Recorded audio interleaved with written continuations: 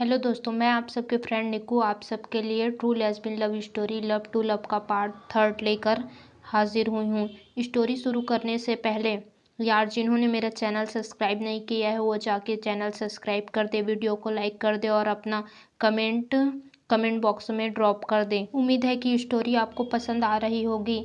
हमेशा की तरह स्टोरी का प्रीवियस पार्ट जान लेते हैं। प्रेरणा को लेकर अपने फीलिंग के बारे में श्योर हूँ, लेकिन इसी असमंजस में बैठी हूँ कि प्रेरणा मेरे बारे में क्या सोचेगी। मैं अगर उसे प्रपोज भी कर दूँ तो वो इसका क्या रिप्लाई करेगी। यही सोच के मैं बेड में बैठी रहती हूँ। तभी प्रेरणा मेरे पास आती है और मेरे बेड में बैठ जाती है। प्रेरणा बोलती है, यार मैंने तो अपने बारे में सब कुछ बता दिया, मेरी फैमिली में कौन कौन है, और तुमने अभी तक मेरे को कुछ भी नहीं बताया है।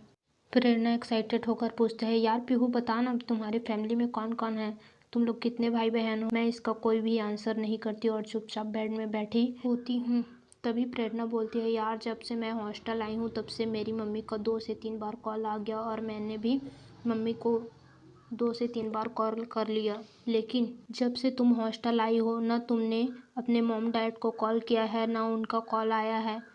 इतना बोल के प्रेरणा चुप हो जाती है और प्रेरणा मेरी तरफ देख रही होती है।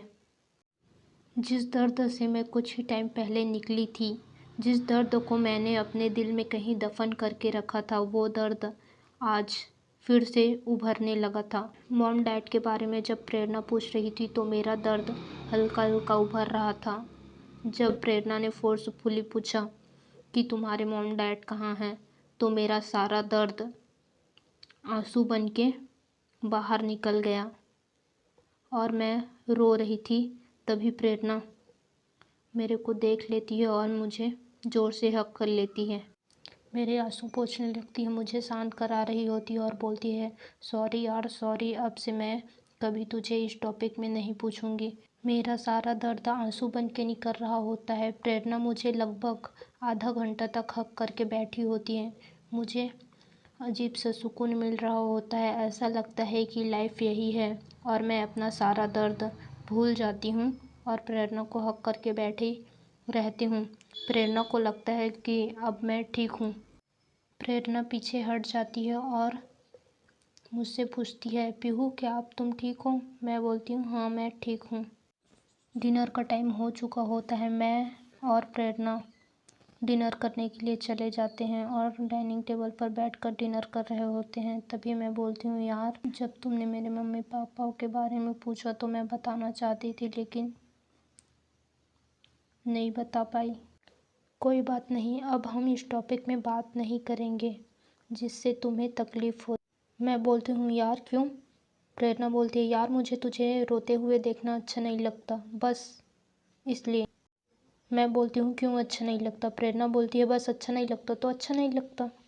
हम डिनर फिनिश करके रूम के लिए निकल जाते हैं। तभी मैं प्रेरणा का हाथ पकड़ती हूँ और उसे चेयर पर बिठा देती हूँ और अपने फैमिली के बारे में बताती हूँ कि मेरे फैमिली में मेरी मम्मा पापा हैं जिनका डिवोर्स हो चुका है और वो अपने अपने पार्टनर के साथ हंसी खुशी रह रहे हैं। उन्हें मेरी परवाह ही नहीं, वे मेरे खर्चा के लिए बस पैसा भिजवा देते और कभी कॉल करते हैं तो तुम ठीक हो या नहीं पूछते हैं। मैं हाँ बोलती हूँ। और पढ़ाई कैसे चल रही है पूछते हैं और मैं बोलती हूँ, हाँ ठीक चल रही है। इतने में कॉल कट कर देते हैं।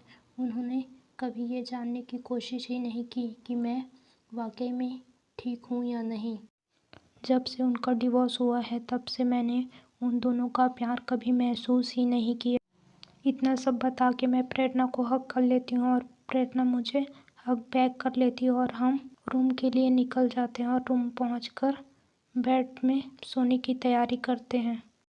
नेक्स्ट डे हमारा लेक्चर होता है और प्रेरणा सुबह जल्दी उठ जाती है और नहाने के लिए वॉशरूम में चली जाती है। मैं अभी तक सो ही रहती हूँ और तब प्रेरणा नहा के आ जाती है और मुझे उठाती है, पीहू यार उठ जाओ, सुबह हो गई है, आज लेक्चर भी तो लेना है। मैं बोलती हूँ, यार 10 मिनट और सोने देना, 10 मिनट सोऊंगी तो कोई लेक्चर मिस नहीं हो जाना है। प्रेरणा बोलती हैं, सिर्फ 10 मिनट, 10 मिनट से ज़्यादा हुए तो मैं तुम्हारे ऊपर पानी डाल दूँगी। मैं बोलती हूँ, हाँ ओके ठीक है। प्रेरणा शावर लेके आई होती है और अपने बाल को टॉवेल से सुखा रही होती है। तभी मेरी नज़र अचानक उस पर पड़ती है और मैं उसे देखने लगती हूँ और धीरे धीरे बोल रही होती हूँ, यार कितनी क्यूट है, इतनी क्यूट लड़की मैंने अपनी लाइफ में कभी नहीं देखी। तभी प्रेरणा मेरे पास आती है और मेरे हाथ में ड्रायर पकड़ा कर बोलती है, यार पीहू, मेरे बाल ड्राई करने में हेल्प कर देना। और मैं उसके हाथ से ड्रायर लेकर उसके बाल ड्राई करने लगती हूँ और साथ ही साथ उसके बालों की खुशबू लेने लगती हूँ। मुझे ऐसे लगने लगता है कि मैं जन्नत में आ गई हूँ और गॉड जी से बातें करने लगती हूँ।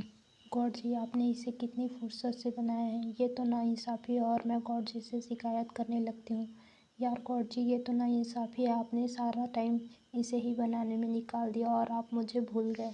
प्रेरणा मेरे से थोड़ी दूर में खड़ी होती है और मेरे थोड़े से बातें सुन लेती है और बोलती है, यार अकेले किससे बात कर रही है, तेरे को दौरे वौरे पड़ते हैं क्या, अकेले बड़बड़ाई जा रही है। मैं थोड़े गुस्से में बोलती हूँ, यार क्या दौरे वौरे, कुछ भी बोल रही है, मैं गॉड जी से बात कर रही हूँ। प्रेरणा बोलती है, अच्छा तो बताओ मुझे, कौन इतना क्यूट है और तुम्हारे गॉड जी ने किसे इतना फुर्सत से बनाया है। मैं प्रेरणा को धीरे से बोलती हूँ, तुम्हें। तभी प्रेरणा बोलती है, क्या क्या कहा तुमने। मैं बोलती हूँ, कुछ नहीं। प्रेरणा बोलती है, तुमने मुझे क्यूट कहा। मैं बोलती हूँ, नहीं, मैंने तुम्हें कब क्यूट कहा। नहीं, कुछ टाइम पहले तुमने मुझे क्यूट कहा। मैं बोलती हूँ, यार नहीं, तुम्हारे कान बज रहे हैं। इतना बोल के मैं नहाने के लिए वॉशरूम में भाग जाती हूँ। मैं नहा के आई थी और अपने गीले बालों को सुखा रही थी। तब से प्रेरणा मुझे बड़े प्यार से देखे जा रही थी। मैं गीले बालों में बहुत प्यारी लग रही थी।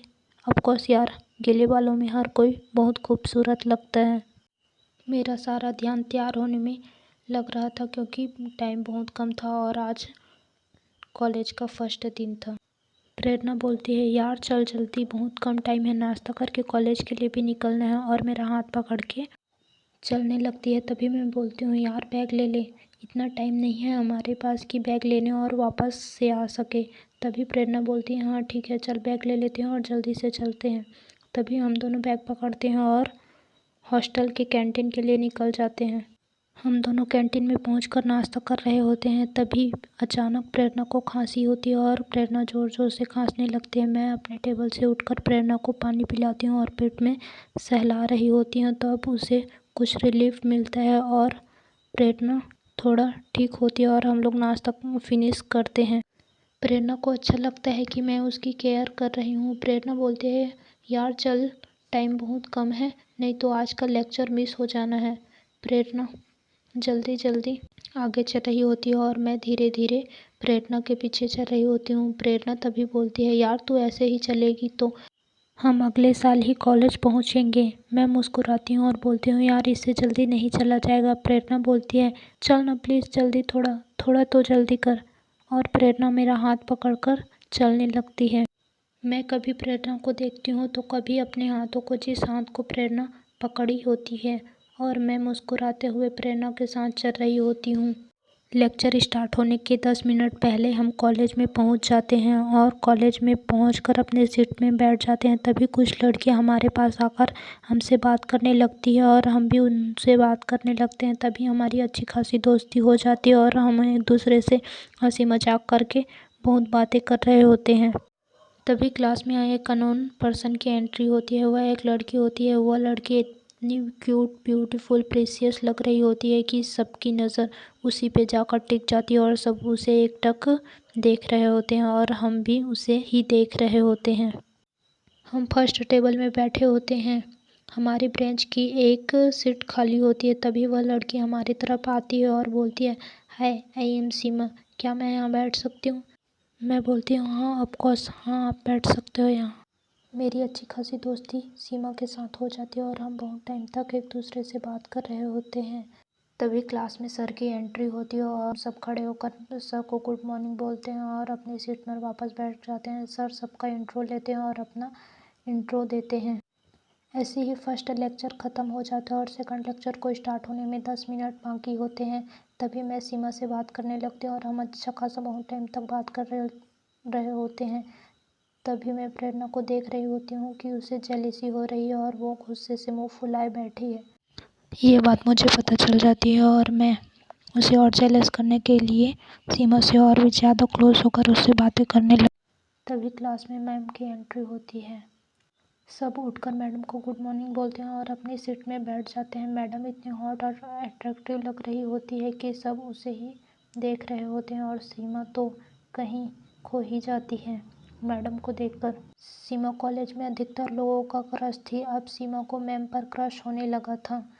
सारा लेक्चर सीमा का मैम को याद करने और उसके ख्यालों में कट जाता है और मेरा लेक्चर प्रेरणा को मनाने में कट जाता है। जैसे ही कॉलेज ओवर होता है हम हॉस्टल के लिए निकल जाते हैं।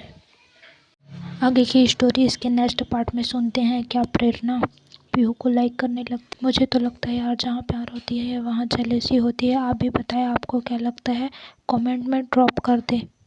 Thank you for watching.